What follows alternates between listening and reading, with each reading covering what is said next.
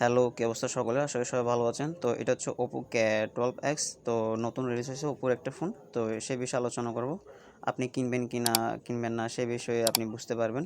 তো অবশ্যই চ্যানেলটাকে লাইক এবং কমেন্ট করবেন আর সাবস্ক্রাইব করবেন। তো চলুন শুরু করা যাক। আজকের এই ভিডিওটা হচ্ছে Oppo K12X। এটা রিলিজ হচ্ছে 2024 অগস্টে আর 5G সাপোর্ট করে এটাতে।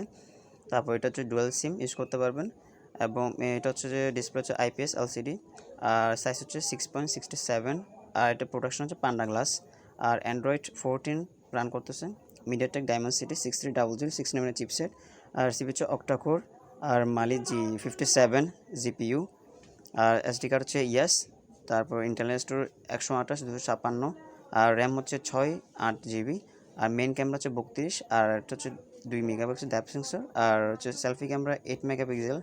লাউড স্পিকার হচ্ছে ইয়াস, এটা লাউড স্পিকার আছে আর জিপিএস ইয়াস, এটা জিপিএসও আছে আর এনএফসি এটাতে নাই, এনএফসি নাই আর এফএম রেডিও নাই, এফএম রেডিও কেশও না এখন। আর ইউএসবি 2.0 আছে আর ফিঙ্গারপ্রিন্ট সাইড মাউন্টেড, মানে ফিঙ্গারপ্রিন্ট আছে আর কি সাইড মাউন্টেড। আর ব্যাটারি হচ্ছে 5100 mAh। তো চার্জিং হচ্ছে 45 ওয়াটের চার্জার। তো 50% কমপ্লিট ইন 13 মিনিট, মানে অর্থাৎ আধা ঘন্টার ভিতর আপনার মানে 50% চার্জ হয়ে যাবে। আর হচ্ছে এটার প্রাইস হচ্ছে 20,000 টাকা।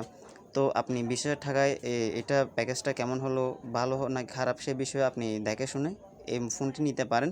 আমি অবশ্যই এটা নেওয়ার জন্য বলবো, কারণ এটাতে এত মানে কম সময়ে চার্জিং করতে পারবেন আর সব দিক দিয়ে ঠিক আছে। ক্যামেরা একটু ভালো করলে পারতো, উন্নত করতে পারতো।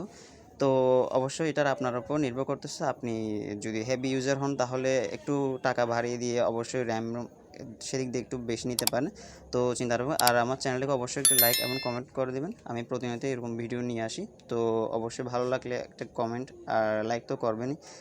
তো অবশ্যই চ্যানেলের পাশে থাকবেন। তো দেখা হচ্ছে নতুন কোনো ভিডিওতে, সেসব আপনি ভালো থাকবেন। অবশ্যই দেখা হচ্ছে নতুন কোনো ভিডিওতে।